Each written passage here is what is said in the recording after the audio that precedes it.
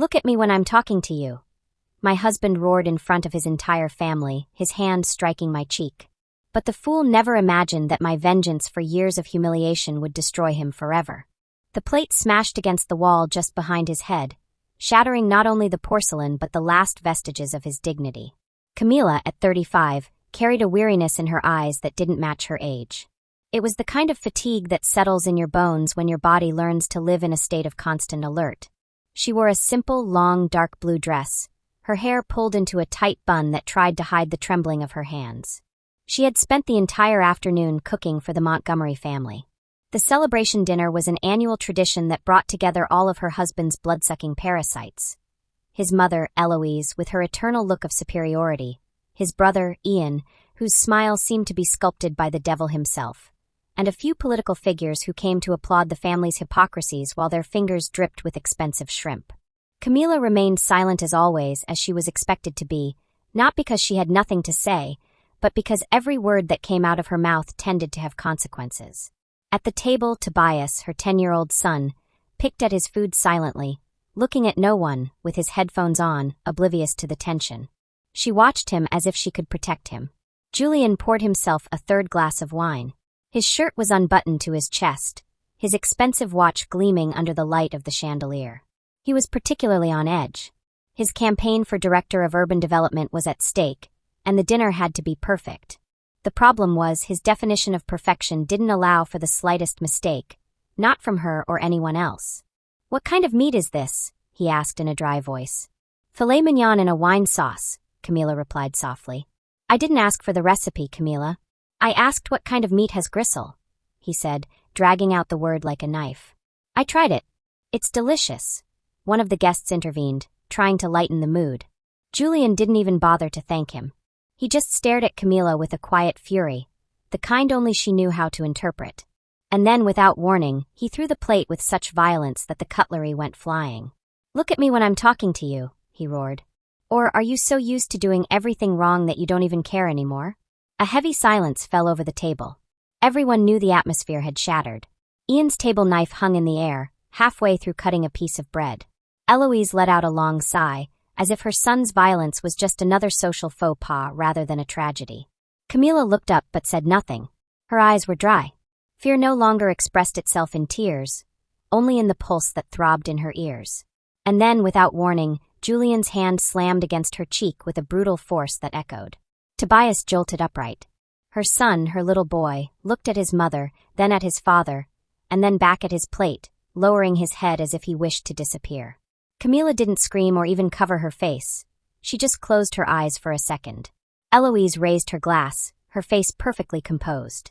"Well, let's toast to family that, despite everything, always stays together." Ian let out a slimy chuckle that made her skin crawl, and also raised his glass. Julian sat down as if nothing had happened. He poured more wine. "And this is what happens when someone doesn't learn their place," he said, looking at no one. No one contradicted him. Not a single voice, not a single protest. Only the soft clinking of Tobias's spoon against his plate. Hours later, in their room, Camila slowly closed the door. She looked at herself in the mirror, her cheek red, a slight cut on her lower lip. She had learned not to cover her face. That only enraged him more. She took out a notebook she kept under her mattress, one she used in college when she dreamed of being a journalist. She opened it and wrote, "One day this will end." Tobias slept in the small bed in the corner. He moved a lot in his sleep. He made noises that were strange to others, but to Camila, they were signs of life. He had come into this world with a different kind of sensitivity. He didn't speak like others. He didn't play like others, but he understood what was essential. Camila knelt down and stroked his hair. "I won't let you live in fear," she whispered. Outside, Julian was on the phone. His aggressive tone was unmistakable. "I don't care if the permits aren't ready. If we have to move those people, we move them. Pay whoever you have to pay. Don't give me any crap about rights now." Camila closed the door, went back to the mirror, and looked at her face. Her lip was already swelling. The next day, breakfast was a silent ceremony. Julian glanced at the newspaper. He never apologized. "What are you looking at?" he said without looking up. Camila responded in a soft, almost inaudible voice.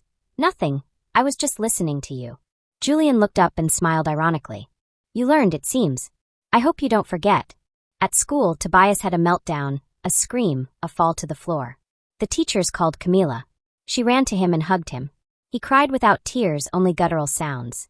No one understood him, but she did. "Mommy's here, my love. It's okay now. No one is going to hurt you." That night, while she cooked, Tobias drew with crayons.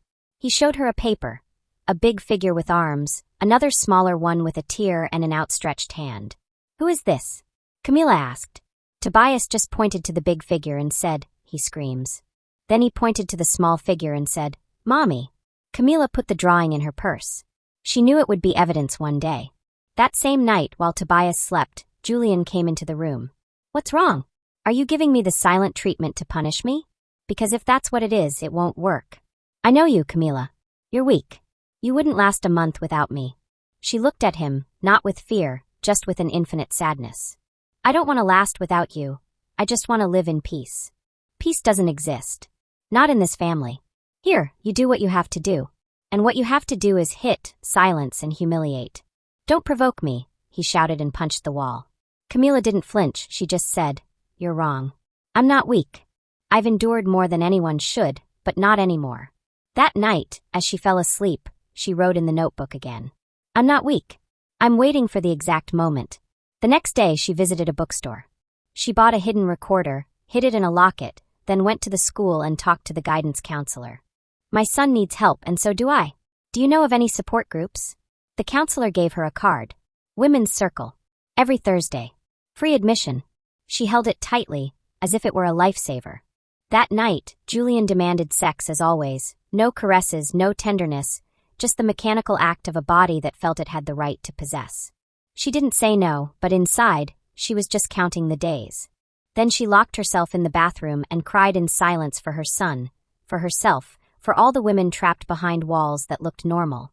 And then she looked at herself in the mirror for the last time that day and thought, the worst part wasn't the blow, it was realizing that it no longer hurt. The water from the faucet was still running, filling the silence of the bathroom with a hollow, almost hypnotic sound. Camila remained motionless, sitting on the cold floor, knees to her chest, face buried in her arms.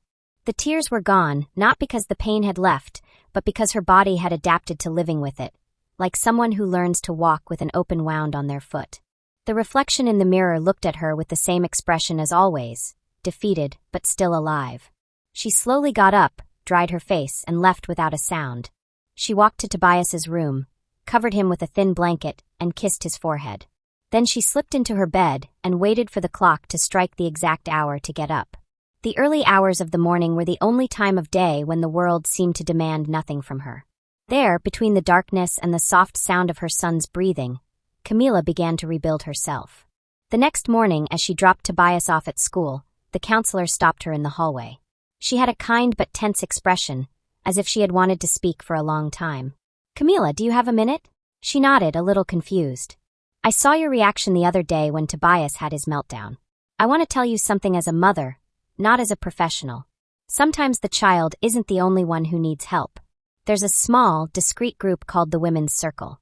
We meet Thursdays right here in the art room. You don't have to talk if you don't want to, just come." She handed her a handwritten card with a firm but neat script. Camila held it as if it were a relic. She said nothing, just put it in her purse, and left without looking back. At home, Julian was already awake.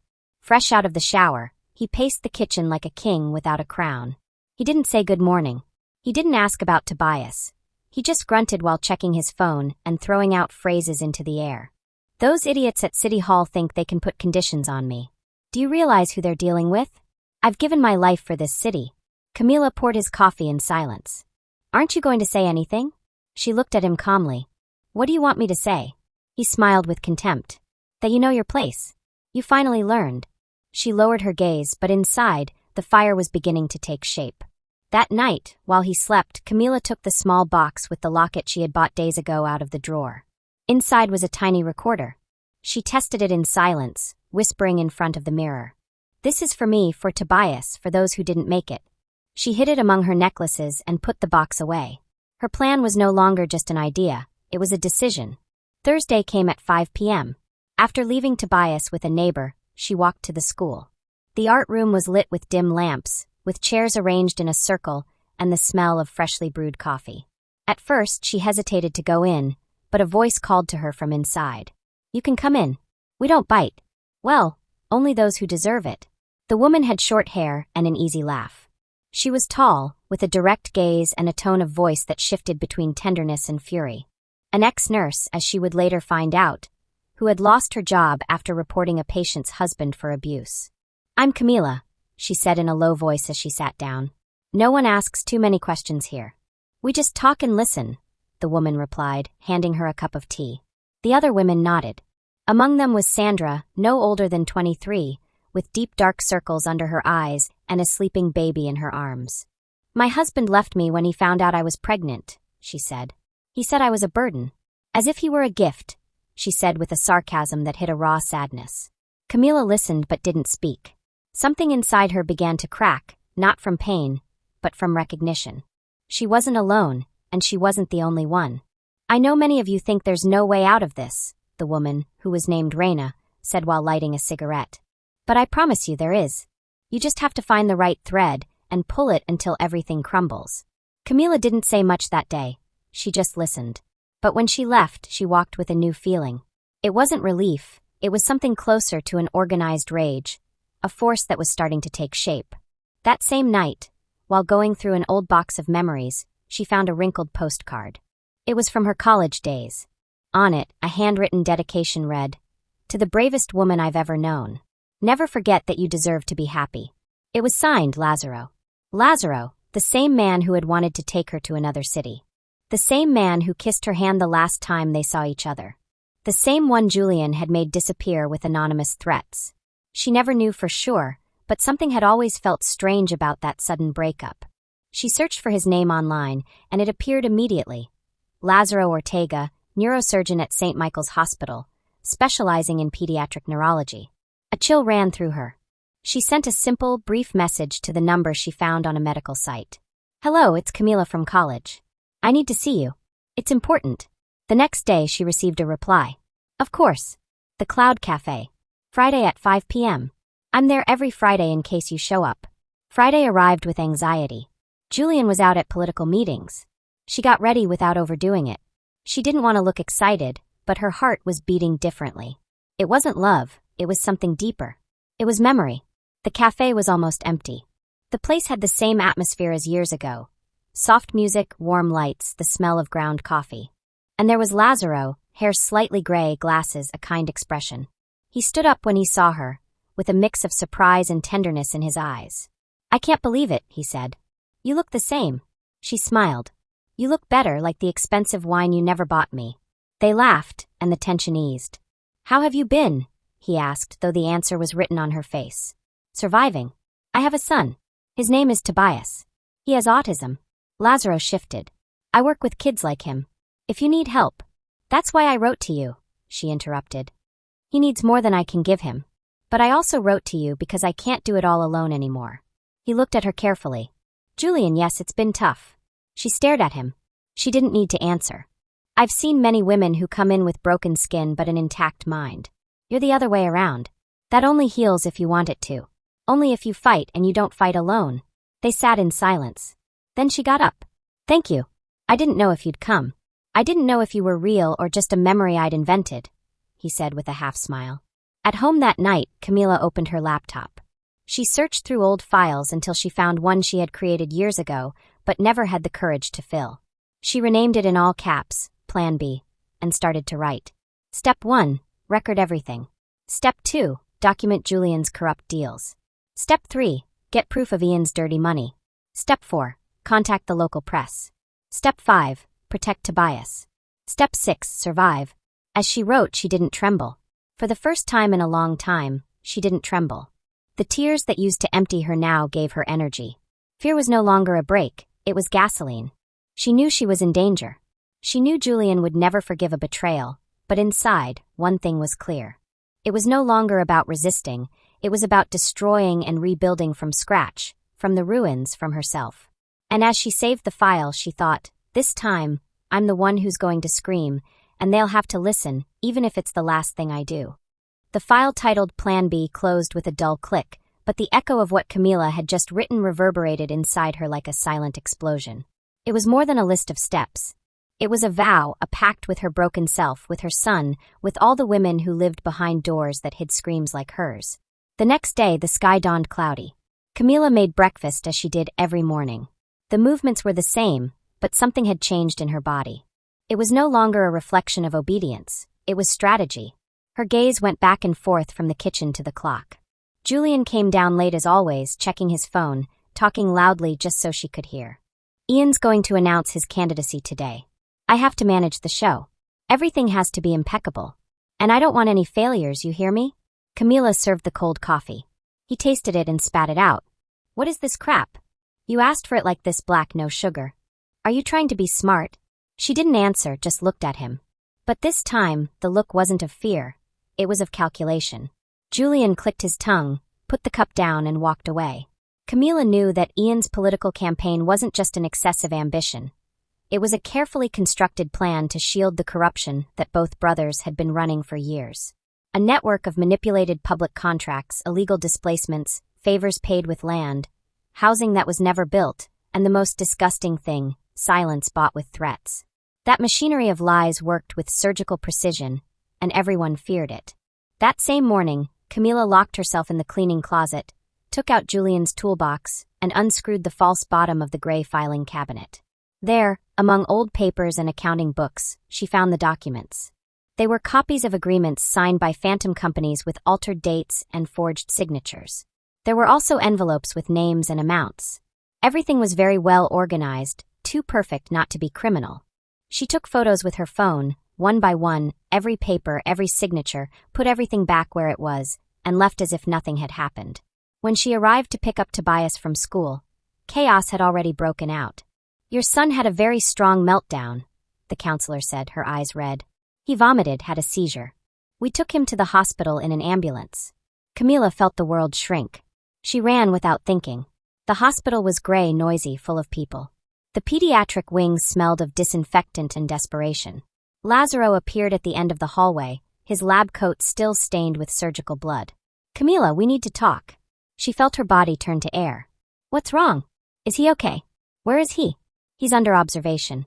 He's breathing, but we did a CT scan, and there's something we didn't expect. There's a mass, a tumor in the left frontal lobe.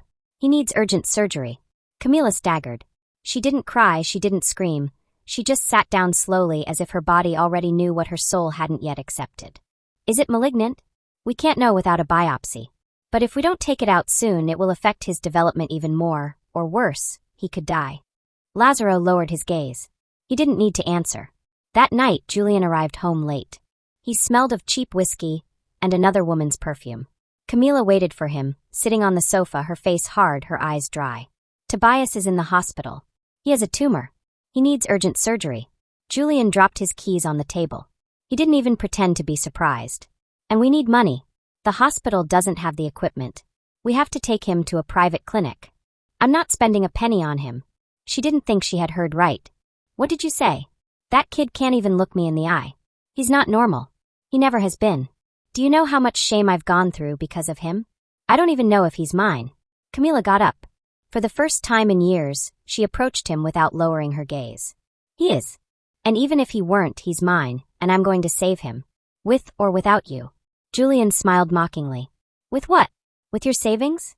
With your friends from the little groups of broken women? She didn't answer, but her heart was pounding so hard it felt like it would burst from her chest. I don't need your charity, or your name, or your last name. You won't get very far. If you try to lift a finger, I swear you'll never see the kid again. Camila smiled coldly. You're already losing him. Because a father who abandons his child when he's dying is no longer a father. He's just a coward in an expensive suit. That night, she went to the hospital. She stayed in the room with Tobias. She watched him sleep, connected to the monitors, his frail body covered by rough sheets. She took his hand. I'm going to get you out of here. I don't know how, but I'm going to do it. Lazaro found her sitting on the floor next to the bed. There's a clinic up north. I can operate there. I have colleagues who can get me an operating room. But it costs.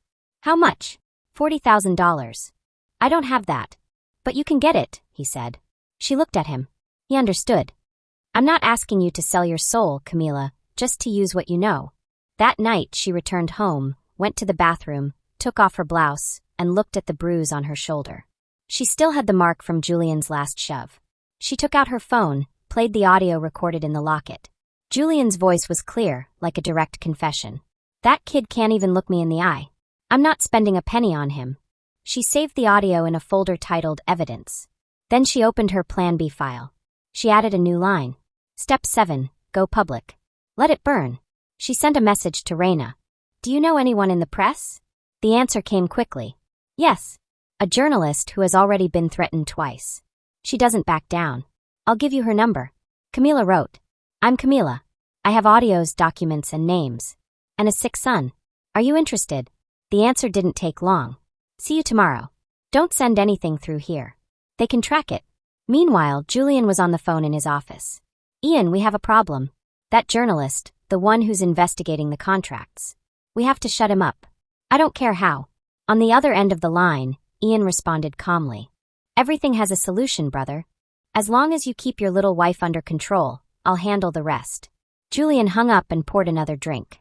In his mind, Camila was just another chess piece, one he didn't yet know when they would take off the board. But that piece, that woman, was no longer still, no longer obedient. She had decided that she was going to scream, and she was doing it, even if it was the last thing she ever did. The phone vibrated with an encrypted message that read, "Meet me tonight. Miracle Park. Back benches. Bring evidence. Nothing digital. And be careful. You're not alone." Camila read the text twice, then deleted it. It was the reply from the journalist Reina had recommended to her. Her name was Lucia Serrano. She was a little over 40 and, they said, had been fired from a national network for not accepting censorship. She was known in small circles as the one who doesn't shut up. Her life was full of threats, but she kept writing. That was enough to trust her. At 10 o'clock sharp, Camila arrived at the park. The wind rustled old papers, and the sound of distant cars broke the silence at intervals. On the back bench, Lucia was waiting for her with a backpack at her feet, calmly smoking as if she didn't care who saw her. "I thought you weren't going to come," Lucia said without looking at her directly. "I can't stay silent anymore. What do you have?"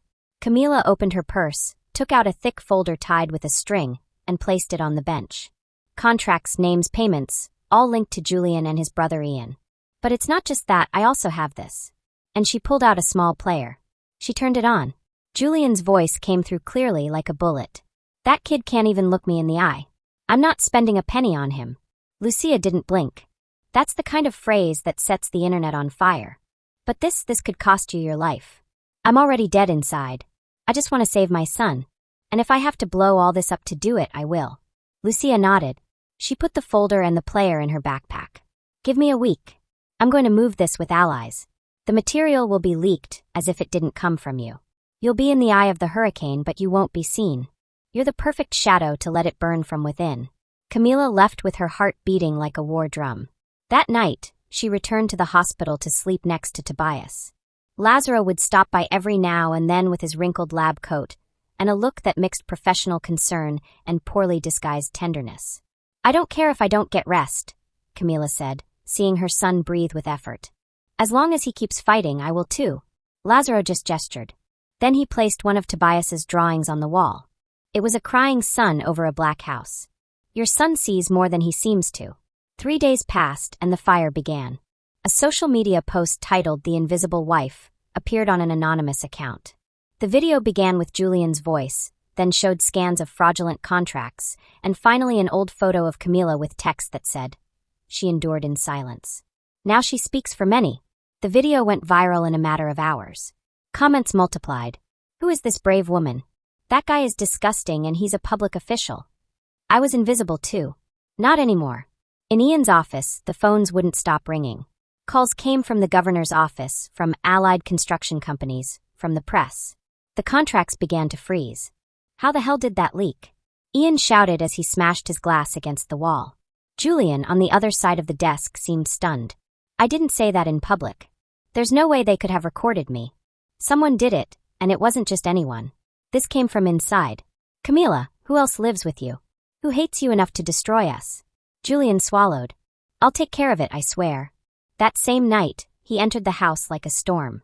Camila was in the kitchen, serving soup onto a plate for herself. "You think you can play with me? You think you can destroy me?" She didn't answer. She looked at him steadily, without fear, without trembling. He approached with a clenched fist. "I'm talking to you." "Do it," she said, putting down the spoon. "Hit me, but this time do it right because it's going to be the last time." He raised his hand. Camila didn't move. Then the locket fell from her neck, and he saw it. He snatched it off. "Are you recording?" She smiled. "No. I'm protecting myself. Every word you say is a bullet, and I'm already wearing my bulletproof vest." He backed away. For the first time, he looked rattled. "You're going to pay for all of this. You don't know who you're messing with." "Neither do you," she replied. "Because while you're planning how to silence me, I've already told my story. And not just that, I've shown what you are. Not with screams, with evidence." That night, Camila took refuge at Sandra's house. Raina brought them a portable radio. "They're talking about you everywhere. They don't know your name yet, but they're starting to connect the dots. It's only a matter of time. I don't care. What matters now is Tobias. Have you gathered anything?" Raina opened an envelope. Inside were small wads of cash, donations from women in the group, and some anonymous transfers. "We have $15,000. We're still more than halfway short." "We'll get there," Camila said with a certainty that scared her. Meanwhile, at the Montgomery residence, Eloise trembled as she read the headlines. Her last name was already being linked to past scandals, buried accusations, and the possibility of losing her position in a public foundation. "This is your fault," she screamed at Julian. "I warned you that woman wasn't to be trusted. I told you not to marry just anyone. Now it's my fault? And where were you when you taught me to silence women with money, or when you told me that a man always rules? We raised you to be strong, not to be an animal. Then you raised me wrong."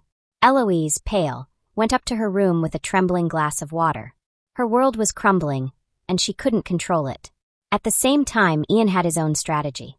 Meeting with a man with a sharp face and a short smile, they talked about a problem that needed to be made to disappear. "I don't want her to die, just to shut up. Just enough to scare her. Just enough for her to leave the country and never come back. It might get out of hand," the hitman said without blinking. "That's no longer my business," Ian said, handing him a thick envelope. That same night, Julian received a call. No one spoke, just a deep breath. Then a phrase. "You no longer control anything. Just watch yourself fall." He hung up and threw the phone on the floor. Fear ran through his body like a slow poison. Near midnight, in a corner of the hospital, Lazaro approached Camila with unexpected news. "We received an anonymous donation of $20,000. Someone used the name Invisible Woman X. Camila's eyes widened. "Who would do that?" "Maybe one of the women who heard your story." Camila fell silent. She felt a strange mix of gratitude and sadness. "We can operate." "Yes. Prepare everything. It will be in 2 days. We're going to save him." That morning, Julian locked himself in his office and wrote a handwritten note that he would deliver in secret. "Eliminate the journalist. Make it look like an accident. There can be no turning back." But the note fell into the wrong hands, and what was planned for others would end up exploding on him, and no one would see it coming, not even him. The silence of that early morning was broken only by the ticking of a clock hanging on the wall of Julian's office. Sitting at the desk, his pen moved slowly, as if each stroke on the paper cost him a part of the soul he hadn't yet sold. The note was brief, direct, without hesitation. "Eliminate the journalist. Make it look like an accident. There can be no turning back." He folded it in half, put it in an unmarked envelope, and called one of the men Ian had recommended some time ago to clean up problems. A guy with no name, always in the shadows, with a deep voice that never rose in volume. Julian didn't ask for confirmation. He just handed him the envelope with a look that said more than any words. But fate is a cruel artist. The envelope, through a chain of errors as absurd as they were sinister, ended up in the hands of Ian's trusted driver. A loyal guy, yes, but not stupid. He read the contents as soon as he felt the envelope was unusually heavy and understood that something bigger was brewing between those two brothers with white teeth and rotten souls. Hours later, that same driver showed up at Ian's office, visibly agitated. "I have something you need to see. It's urgent." Ian read the note, then reread it. The silence that settled was denser than the smoke from his cigar. "And he sent this to you?" "No. He made a mistake. He handed it to me thinking I was someone else." Ian stared at the paper as if looking for an invisible trap. Then he tore the note into pieces, got up from his chair, and said something very few had heard him say in his life. "I no longer trust my own brother." He had his morning route changed. He canceled the meeting he had scheduled in the city center. Instead, he sent Julian with his personal driver to deliver some documents. No one was to suspect. No one was to know that Ian no longer wanted his brother alive. At 11:27 a.m., on one of the busiest streets in the industrial zone, the armored car with diplomatic plates Julian was traveling in exploded in a ball of fire. The sound was so violent that it shattered the windows of several nearby buildings. The flames devoured the metal with fury, and screams began seconds later. The news didn't take long to reach all the media. Explosion in local officials' car. Possible political assassination. Retaliation. Ian Montgomery's brother involved in fatal attack. But what the media didn't know yet was that Julian wasn't dead. Severely burned, yes, disfigured by the burns, with multiple fractures, and most brutally of all, an irreversible spinal cord injury. The doctors were clear. Julian would never walk again or control his basic functions. Camila received the news in the waiting room of the children's hospital while waiting for news about Tobias's surgery. Lazaro was the one who told her, with that mix of professional discomfort and curiosity. Julian had an accident. An explosion. He's in intensive care. He survived. But he won't be able to walk again. Camila just nodded as if she had been told it had started to rain. Not a single gesture of shock, not a how, not a tear. Do you want to go see him? Lazaro asked cautiously.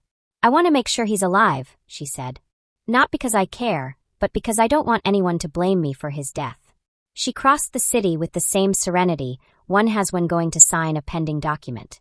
At the general hospital, the intensive care unit was guarded by 2 agents. The scandal was already national. The Montgomery name was beginning to sound more like a threat than a lineage. Camila went in. Julian's body was a charred shadow of what it had been. His face was bandaged, his breathing was mechanical, and only the heart monitor broke the silence with its unstable beeping. Look at you now, she said. You thought you were invincible, and here you are, unable to scream, unable to hit, unable to control. I'm going to raise our son, and when he speaks again, when he runs again, you'll still be here. Like a useless body that doesn't even deserve compassion. She left without looking back. In the hallway, Eloise was waiting for her. Her face was distraught, her makeup smudged. Did you come to mock him? No. I just came to confirm that hell has arrived. And it's not my fault. You provoked all this. You destroyed him. No, I didn't destroy him. He destroyed himself. I just got out of the way. Eloise slapped her weakly. Camila didn't flinch. Hit harder, she said. Maybe then you'll understand that you can't mess with me anymore. Julian's mother collapsed into the nearest chair. She cried with a dry lament, like a woman who knew she had lost everything but wouldn't accept the bill. Meanwhile, in another part of the hospital, Tobias was going into surgery. He had a light blue blanket and a drawing in his hand, an airplane, a tree, and a smiling figure with her hair down. His mother. Camila kissed his forehead and let him go. The operation was going to last 5 hours, 5 eternities. In the waiting room, Raina appeared with Sandra. They were carrying coffee, food, and a bag of letters from women who had donated the little they had for the surgery. I brought you this, Raina said. It's not money, but it's love. Camila opened one of the letters. It was from a woman who signed it Soul. I don't know your son, but I know that fear. I lived it. And if you save yourself, many more will follow you. Camila couldn't hold back. She cried for the first time since everything began. She cried with her soul. Lazaro came out of the operating room, his face drenched in sweat. He took off his mask. The operation is over. Now all we can do is wait. But while the hands of the doctors were saving one life, another was slipping away without warning. Julian's heart in the intensive care unit began to beat erratically. The monitor's beeping went crazy. The nurses ran. The resuscitation was violent but useless. The monster had destroyed himself. The echo of his last breath did not cause tears, only silence and relief.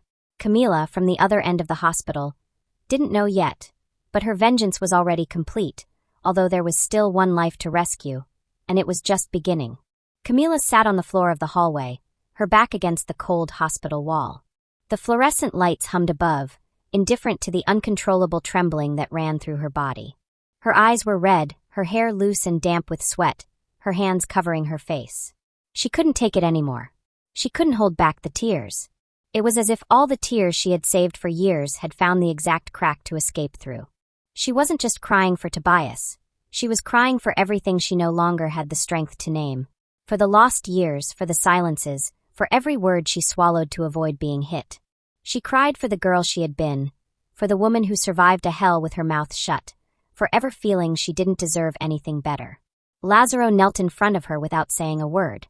He looked at her with a disarming tenderness, didn't ask questions, just placed his hand on hers. Camila squeezed it as if clinging to it was the only way not to fall apart completely. "You did it," he said in a low voice. "He's alive. Now all that's left is hope." "I don't know how to go on," she whispered without looking up. "I feel like I have nothing left inside. I'm empty." "You're alive, Camila. And your son is too. That's all that matters for now. The rest will come." Camila rested her head on his shoulder. He didn't move. They remained in silence for several minutes, breathing together as if they were two survivors of the same shipwreck. Hours later, Lazaro came out of the intermediate care room with Tobias awake. He was pale, weak, with a freshly closed scar on his left temple, but his eyes were open, and his gaze was clear. Camila ran to him, hugging him softly. The boy didn't speak, but his small arm wrapped around his mother with a slowness that tore at everyone present. It was the first time in weeks he had responded to a physical gesture with such clarity. "My love, are you here? Are you with me?" "We did it," she murmured as tears ran down her neck. Lazaro approached. "Is there anything I should explain to you? Tobias will need time, a lot of rehabilitation and assisted technology to be able to communicate. There's software, there are devices, but it won't be easy." "It doesn't matter. I'll do whatever it takes, learn whatever I have to, sell my soul if necessary." "You won't be alone in this," he replied firmly. "Not anymore." The following weeks were a strange mix of hope and exhaustion. Every morning, Camila got up early to go with Tobias to his physiotherapy and neurology sessions. The first weeks were a hell. The boy barely responded to stimuli, he got frustrated, cried for no apparent reason, rejected food. But little by little, with patience and his mother's constant presence, Tobias began to show signs of progress. He moved his fingers with more intention, responded with gestures, smiled with his eyes. Camila and Lazaro worked as a team. He organized the therapies, coordinated with specialists, managed medical donations. She took care of being by Tobias's side, turning every exercise into a game, every routine into a song. In the midst of that intense routine between wheelchairs, schedules, and doctors, something began to grow that neither of them dared to name. An ancient, almost forgotten tenderness that beat strongly in their long gazes and shared silences. One afternoon, while Tobias was sleeping after a session, Lazaro and Camila shared a coffee in the hospital cafeteria. "Have you thought about yourself, Camila? What comes next for you?" he asked bluntly. "I don't know what's next for me. My whole life revolved around surviving. Now I don't know what to do with freedom. You can go back to writing. Your story changed lives. My story destroyed a man, a family. Your story freed many women and yourself. It wasn't destruction, it was justice." She looked at him with eyes that still didn't know how to trust. "Do you think someone like me can love again? I think someone like you is already starting to. You're just afraid." She looked down, she didn't answer. Meanwhile, on the other side of the city, in a clandestine nursing home with no name or records, Julian lived his last days surrounded by other useless, forgotten bodies. Eloise had left him there with an unlicensed nurse, 2 sleeping pills, and a fake folder of medical reports. She never visited him again, never answered his calls. She said she had done enough. The man who once shouted orders could now only move his head with effort. The one who controlled multimillion-dollar contracts now needed help to go to the bathroom. The nurses called him the mute because he never said a word. He just stared at the ceiling as if waiting for something that would never arrive. And as Julian slowly faded, Ian faced his own demons. The corruption scandal had exploded in a chain reaction. The prosecutor's office had found accounts in Panama, protected witnesses, and a list of illegal transfers that connected him to contractors, judges, and businessmen. A raid caught him leaving a meeting at a country house. He didn't resist. He only asked for one call. "I want to talk to my mother," was all he said before being handcuffed. Eloise didn't answer. That night, Camila received a call from the nursing home. "Mrs. Camila, we know you are the only person listed as contact for Mr. Julian Montgomery. He is very ill. He may not make it through the week." Lazaro went with her. He didn't want to leave her alone. The room was gloomy, with a flickering light on the ceiling and a persistent smell of urine. Julian was thinner, unrecognizable. His skin looked like paper, his mouth open, his eyes dry. Camila approached and sat by the bed. "You came," a surprised nurse murmured. Camila didn't respond.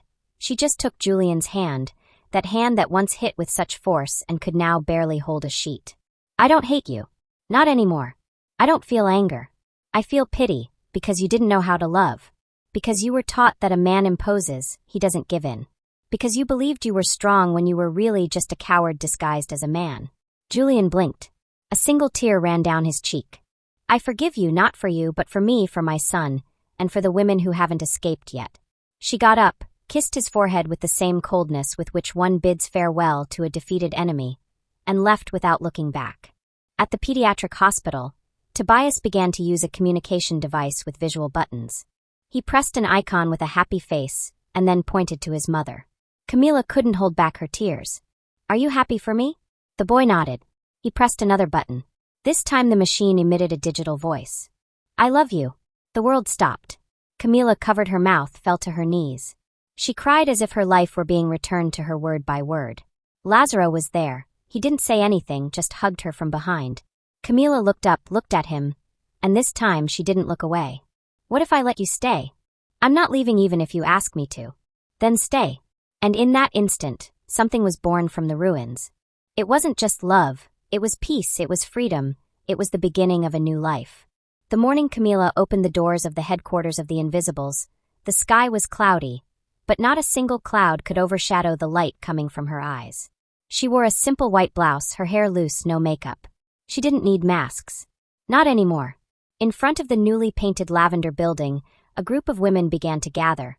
Some with children in their arms, others with marks on their soles and skin, and others who arrived in silence, with their hands hidden in their pockets, as if they were still afraid to be seen. Camila walked through the entrance like someone crossing the finish line of a race that had lasted half a lifetime. With each step, she felt the weight of everything she had lived through. The blows, the insults, the nights with a broken heart, the hospital, the operating room, the fear. All of it was behind her, yes, but never completely gone. She didn't want to forget it. She shouldn't, because the memory was what now pushed her to build. Inside the center, the air smelled of fresh paint and coffee. The walls were covered with handmade posters by volunteers. One read, "No judgment here. Only listening." Another said, "If you're still alive, you're not defeated." The main room was arranged with folding chairs in a circle. There were no podiums, no stages. The message was clear. Everyone was equal. Reina was the first to arrive. She was carrying a folder with files of new cases. "I never thought this day would come," she said, adjusting the scarf that covered an old scar on her neck. "Me neither," Camila replied. "But here we are, and I don't plan to stop." Sandra appeared behind her, pushing a small wheelchair. Tobias was sitting in it, his hair longer, a notebook in his hand, and a shy smile on his lips. The boy who once couldn't look up now wore the peace of someone who had been reborn. Lazaro came alongside him, carrying a backpack with medical supplies. "He looks good, doesn't he?" he asked, leaning toward Camila. "He looks alive, and that's all that matters." He looked at her with a contained tenderness. Weeks had passed since the last silent, "I love you," they had exchanged in that hospital hallway. And although they hadn't defined their relationship, they both knew that love was being cooked over a low flame, like the changes that are truly worthwhile. The ceremony began without a protocol. Camila approached the microphone while everyone fell silent. She took a deep breath. The trembling in her hands was more from emotion than from fear. "I wasn't born strong, I wasn't born brave. I learned through blows, through screams. With fear, with blood in my mouth. I learned to be quiet, to pretend, to endure. But one day I understood that surviving wasn't enough, that breathing wasn't living, and that my story couldn't end as just a scar. That's why you're all here, because if I could get out, you can too." There was a brief, contained applause, as if all of them were holding back something they didn't yet know if it was anger, sadness, or hope. "This center isn't mine, it's all of ours. We don't come here to cry. We come here to be reborn." Reina raised a hand. "And if anyone falls, we get up together." Sandra got up with her sleeping baby in her arms. "I'm not the woman I was. Today I'm a mother who doesn't apologize for existing." Lazaro approached the microphone. "And I, as a doctor, as a man, as a human being, commit to not being part of the silence, to listening, to healing, and to learning." The applause grew. A collective emotion began to overflow the eyes of many. Camila took Tobias's hand and led him to the front. The boy had a small device hanging around his neck. The voice software that had cost so much effort was now his new tool for speaking to the world. Camila leaned in close to his ear. "Are you ready?" The boy nodded. He pressed a button. The device let out a digital sound, then the recorded voice. "Thank you for not giving up, Mom." The room was silent for a second that seemed eternal. Then it erupted in applause, tears, hugs, women getting up from their seats as if something had shaken them from their very depths. Camila covered her mouth with her hand. She cried, but this time it wasn't pain, it was liberation. It was that strange mix of joy and grief, of knowing that something had ended and something stronger had begun. Lazaro approached her, took her hand, and squeezed it tightly. "That boy is you," he said. "You're learning to speak again. With truth, with dignity." Camila nodded. Then she walked to a table at the back of the room. On it was an old leather-bound notebook, the same one she used to write her first rebellious phrase. She opened it. On the last page, there was a single line written in blue ink. "Here ended the story that destroyed me, and began the one that saved me." She closed it and left it there. Someone would read it. Someone else would find strength in those pages. Reina approached her with an envelope in her hand. "This arrived this morning. Anonymous." It just said for Camila. Camila opened it carefully. Inside was a letter written in black ink. "I don't know you, but your story saved my life. I was going to give up. I had everything ready. A bottle, a letter, but I saw your video, I heard your voice, and I stayed just to see how it would end. Thank you for making me realize that there are still different endings. With love, an invisible woman." Camila let the letter fall onto the table. She turned to everyone present. This time, she didn't speak with a microphone. "We're going to fill this country with invisible women who dare to shine." The women screamed. It wasn't applause, it was a roar. And while the camera of a local news outlet recorded everything from a corner, the journalist whispered to his cameraman, "This isn't just a story of violence. It's the story of how a woman twisted the neck of destiny." The final image showed Tobias raising his hand, pressing a new button. The device spoke. "I am here." And with that, everything became clear. Silence was no longer an option. Life had begun, and this time Camila was not alone. Because sometimes life isn't about winning, but about surviving with your heart intact, about daring to tell the truth, even if your voice trembles, even if it hurts, because when one woman speaks, many wake up. And that is revolution.